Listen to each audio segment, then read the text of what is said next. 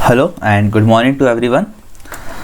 Today we are starting another new chapter of our geography book, that is India climatic conditions. So in the previous chapter we have studied about the physical feature, geographical features of India. So in this chapter we are going to study about the climatic conditions and climatic features of India. So what we are going to study in this chapter, you can see here, we are learning in this chapter about climate controls, factors affecting India's climate, क्या क्या चीज़ें ऐसी हैं जो India के climate को control करती है, क्या चीज़ें जो इंडिया के क्लाइमेट को अफेक्ट करती हैं. Next we will see seasons of India, how many seasons are there in India and what are they. Next we will see importance of monsoon, what is Indian monsoon and why it is important. Okay, so India experiences a variety of climatic ranging from tropical in the south to temperate and alpine in the Himalayan north. तो India में जो आपको काफ़ी सारे अलग अलग type के climate देखने को मिल सकते हैं. ट्रॉपिकल क्लाइमेट यानी कि जो थोड़ा सा गर्म क्लाइमेट आपको साउथ में देखने को मिलेगा, और थोड़ा ठंडा क्लाइमेट जो आपको देखने को मिलेगा नॉर्थन एरियाज, हिमालयन एरियाज में. The elevated areas receive sustain snowfall during winters. The Himalayas and the Thar desert strongly influence the climate of the country. Himalaya जो है काफ़ी ठंडा एरिया है और थार डेजर्ट काफ़ी गर्म एरिया है हमारे इंडिया में, आपको पता ही होगा. The Himalayas work as a barrier to the frigid winds which blow down from the central Asia. देखिए हिमालयाज क्या करते हैं, आपके हिमालयाज इस तरफ पे आते हैं इंडिया में, आपको ड्रॉ करके दिखा दूँ. आपके अपने हिमालयाज जो है इस ऐसे लाइन में फ्लो करते हैं यहाँ पर. सो ये वाला जो एरिया आपका चाइना का एरिया और जो सेंट्रल एशिया एरिया है, यहाँ से काफ़ी कोल्ड विंड्स आती हैं. ओके, ये कोल्ड विंड जो है ये आके हिमालयाज पे आके रुक जाती हैं, इससे आगे नहीं बढ़ पाती हैं. ओके, इसलिए इंडिया जो है, इंडिया इतना कोल्ड डेजर्ट नहीं बनता, इंडिया में इतनी ठंड नहीं पड़ती है जितनी पड़नी चाहिए और जितनी इस एरिया में पड़ती है, because of Himalayas, because they act as a barrier. The tropic of cancer passes through the middle of the country. Tropic of cancer जो है आपका 23.5 डिग्री, वो कंट्री के बिल्कुल बीचों बीच यहाँ से पास होता है. भोपाल से थोड़ा दूर मध्य प्रदेश से ही पास होता है ये.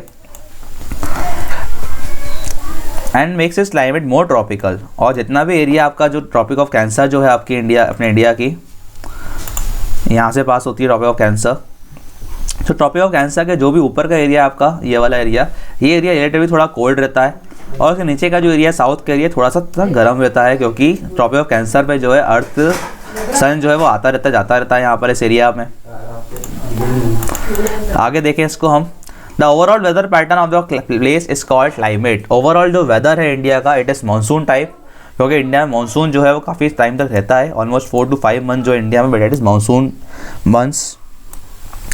क्लाइमेट कंट्रोल, क्या क्या चीज़ें हैं जो इंडिया के क्लाइमेट को कंट्रोल करती हैं, आपने पढ़ा है. Latitude, altitude, pressure and wind system, distance from the sea, oceanic current and relief features. फटाफट पढ़ते हैं इन सबके बारे में हम लोग, ये होते क्या क्या है, कैसे क्लाइमेट को कंट्रोल करते हैं. ये फर्स्ट इज लैटिट्यूड.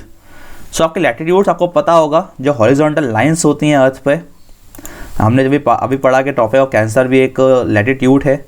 सो ऐसे लैटिट्यूड्स होते हैं अर्थ पे, हमारे इंडिया से वैसे ऐसे लैटिट्यूड्स पास होते हैं. ओके, जैसे जैसे हम लैटिट्यूड ऊपर जाता जाता है वैसे वैसे लैटिट्यूड होता है, नॉर्थन होता जाता है लैटिट्यूड, इसको बोलते हैं नॉर्थन लैटिट्यूड्स, और नीचे वाले को बोलते हैं सदर्न लैटिट्यूड्स. ओके, वैसे इंडिया जो है पूरा नॉर्थ में ही आता है, इक्वेटर के ऊपर ही आता है. इक्वेटर जो है इंडिया से पास नहीं होती है, सो इक्वेटर के ऊपर ही इंडिया आता है. और जैसे जैसे आप नॉर्थ में जाते जाएंगे लैटिट्यूड से, वैसे वैसे आपका क्लाइमेट जो है वो ठंडा होता चला जाता है.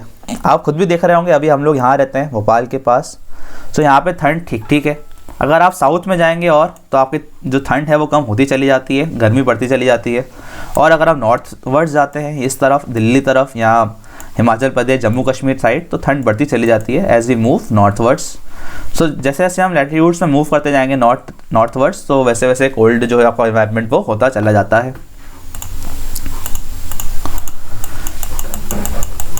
नेक्स्ट बढ़ते हैं एल्टीट्यूड. एल्टीट्यूड मतलब ऊंचाई. जितनी ऊंचाई पे आप लोग मूव करेंगे, जितना आप पहाड़ों पे जाएंगे, उतनी ठंड बढ़ती चली जाएगी.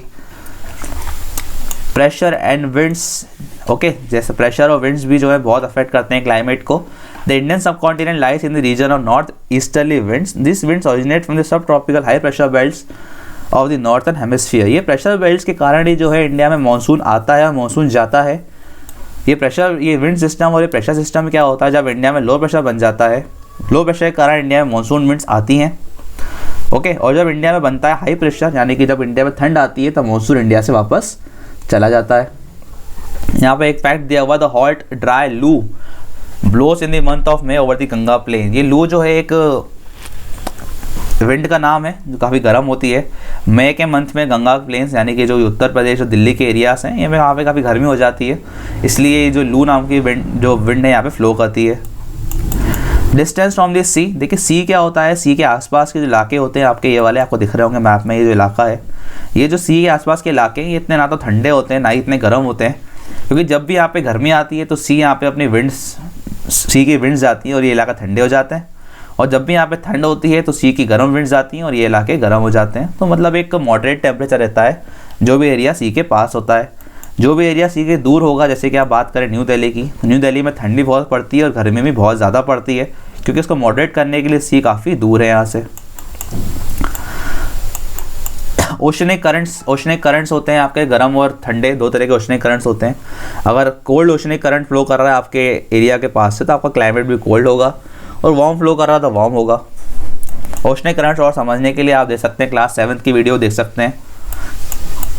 रिलीफ फ्यूचर, रिलीफ मतलब माउंटेन्स, जहाँ पे माउंटेन्स पे अगर आप रहते हैं तो माउंटेन्स के पास रहेंगे तो आपका एरिया कोल्ड होगा, नहीं रहेंगे तो हॉट होगा। सीजन्स ऑफ इंडिया, इंडिया में सीजन्स कैसे होते हैं, तो there are 4 types of seasons in India. During this season strong variations in temperature take place in the country. Season जैसे जैसे चेंज होते हैं वैसे वैसे इंडिया में जो है टेम्परेचर चेंज होता रहता है। आपने खुद महसूस किया होगा कि समर में टेम्परेचर बढ़ जाता है, गर्मी आ जाती है, और ठंड में टेम्परेचर कम हो जाता है, ठंड आ जाती है, जैसे अभी ठंड का दिन चल रहा है।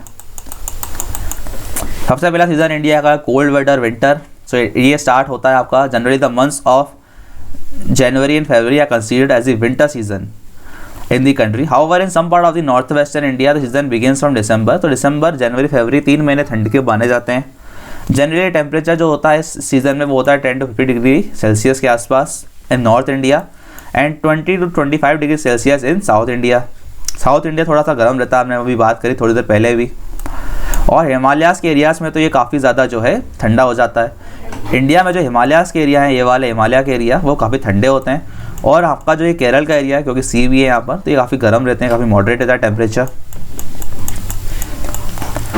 नेक्स्ट जो होता है इंडिया में जो होता है वो होता है समर यानी कि प्री मानसून भी बोलते हैं इसको हम लोग, क्योंकि समर जब स्टार्ट होता है तो कुछ एरियाज़ में मार्च में जो है पानी गिरना स्टार्ट हो जाता है। हमारे जो ये वाले एरियाज़ हैं गोवा का, केरला का, यहाँ पे मानसून आ चुका होता है ऑलमोस्ट मार्च अप्रैल के मंथ तक। So the country experiences this season from March. तो मार्च के सीज़न से जो है इंडिया में समर वेकेशन की स्टार्टिंग होती है। It is in the interior peninsula region the mean daily temperature recorded 30 to 35 degree Celsius. तो 30 से 35 डिग्री सेल्सियस के आसपास जो टेम्परेचर होता है इंडिया का इस पर्टिकुलर एरिया में, और कहीं कहीं 40 डिग्री सेल्सियस भी हो जाता है। The coastal areas of the country have mild temperature during this season.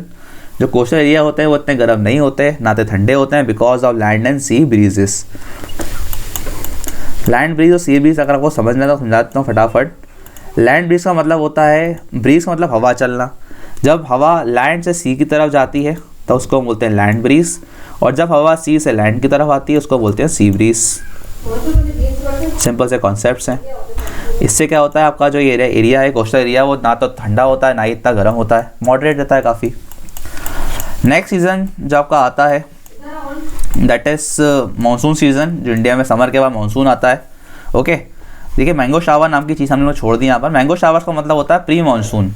कुछ एरिया में हमने बताया आपको अभी कि समर वेकेशन में जो है मानसून आना शुरू हो जाता है केरला और गोवा के एरियाज़ में। सो केरला, कर्नाटका, गोवा, यहाँ पे जो है मैंगोज़ की कल्टीवेशन होती है। तो ये जो रेनफॉल आता है स्टार्टिंग में, इससे मैंगोज़ की कल्टीवेशन ईजी हो जाती है, इसलिए इस रेनफॉल को हम लोग मैंगो शावर भी बोलते हैं। नेक्स्ट है आपका इंडिया में समर वेकेशन के बाद rainy season, the month from July. So March से लेकर जून तक इंडिया में समर चलता है, एंड जुलाई से सितंबर जो है इंडिया में that is monsoon months. About 75% total rainfall of the countries is supplied by the monsoon. 75% जो इंडिया का रेनफॉल होता है वो इन 3-4 महीनों में हो जाता है। मानसून की विंड्स आप देख सकते हैं मैप में दी हुई हैं। ये मानसून क्या होता है, विंड्स होती है जो इंडिया में आती हैं, बादलों को लेकर आती हैं साथ में अपने। दे आर वेरी इंपॉर्टेंट, क्योंकि इंडिया में मानसून से ही काफ़ी सारे जो एग्रीकल्चर हो पाता है। The monsoon winds blow from Arabian Sea. ये अरेबियन सी आप देख सकते हैं, ये लिखा है अरेबियन सी। अरेबियन सी से होते हुए आता है ये इंडिया में। The exact period of the south west monsoon, इसको साउथ वेस्ट मानसून भी बोलते हैं हम लोग, क्योंकि आप देख सकते हैं कि साउथ वेस्ट एरिया है इंडिया का जहाँ से आ रहा है होते हुए. For instance is remained in west Rajasthan for about 75 days while for 120 days in the western regions of the country. So 75 days से लेकर 120 days तक जो है ये मानसून इंडिया में होता है. इतने दिनों तक इंडिया में घूमता रहता है घूमते घूमते, और जब इंडिया में ठंड आ जाती है तो वापस चला जाता है इसी रास्ते से. Thar deserts, the Arabian Sea branch extends toward the low pressure areas over the Thar deserts and about 3 times stronger than the Bay of Bengal branch. तो ज़्यादातर पानी जो है इंडिया में वो इस तरफ से ही आता है. ओके, ये बे ऑफ बंगाल ब्रांच का मतलब क्या है, जब इंडिया में मानसून वापस जा रहा होता है तभी वापस जो यहाँ से जाता है होते हुए. ठीक है, इंडिया में मानसून मैं आपको समझाता हूँ, यहाँ से होते हुए ऐसे आता है, ऐसे होते होते जब इंडिया में ठंड आती है तब यहाँ से ये वापस चले जाता है. वापस जाते हुए क्या होता है, ये बे ऑफ बंगाल में जाता है, बे ऑफ बंगाल से फिर से पानी लेता है ये ओशन से, और फिर ये इस तरफ जो है आपका तमिलनाडु के एरिया में रेनफॉल होती है.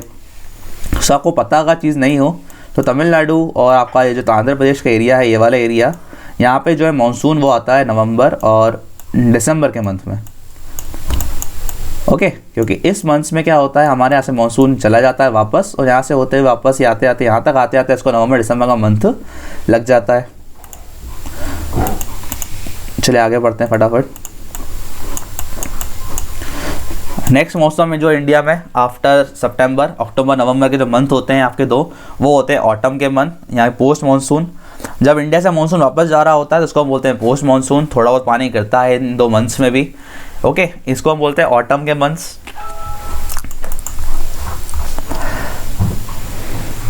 रिट्रीटिंग मानसून बोलते हैं इसको हम, लौटता हुआ monsoon. During this season the southern parts of the India receive rainfall. जो सदर्न पार्ट हमने बात करी, जो नवंबर दिसंबर या अक्टूबर में जो यहाँ पर रेनफॉल होती है. A large northern part of the country experience cool. और जो आपका नॉर्थन इंडिया होता है, क्योंकि अभी पानी गिर के यहाँ से गया है तो यहाँ पे ठंडक बनी रहती है, इतनी गर्मी इतनी ठंड नहीं होती है, हल्की हल्की कूलनेस होती है, क्योंकि अभी पानी गिरा है कुछ महीनों पहले ही, ज़मीन ठंडी रहती है काफ़ी. Andhra Pradesh receive about 35% of total rainfall during this season. तो आंध्र प्रदेश का रेनफॉल जो है नवंबर दिसंबर के मंथ में होता है, हमने पढ़ा अभी. The cyclone originate in the Bay of Bengal. इसी सीज़न में जो है साइक्लोन्स भी ओरिजिनेट होते हैं बे ऑफ बंगाल में, क्योंकि आपने भी पढ़ा कि जो रेनफॉल है आता है बे ऑफ बंगाल से होता हुआ, तो बे ऑफ बंगाल में इस साइक्लोन भी बनते हैं इसके कारण. नेक्स्ट एंड लास्ट टॉपिक आपका importance of cyclone. Okay, importance cyclone आपको पता ही होगा कि इंपॉर्टेंस बहुत साइक्लोन का बहुत ज़्यादा है, क्योंकि importance of monsoon importance of monsoon, cyclone बोलता चला गया मैं. इंपॉर्टेंस ऑफ मानसून बहुत ज़्यादा है इंडिया में, बिकॉज एग्रीकल्चर जो है पूरा डिपेंडेंट मानसून पे ही है.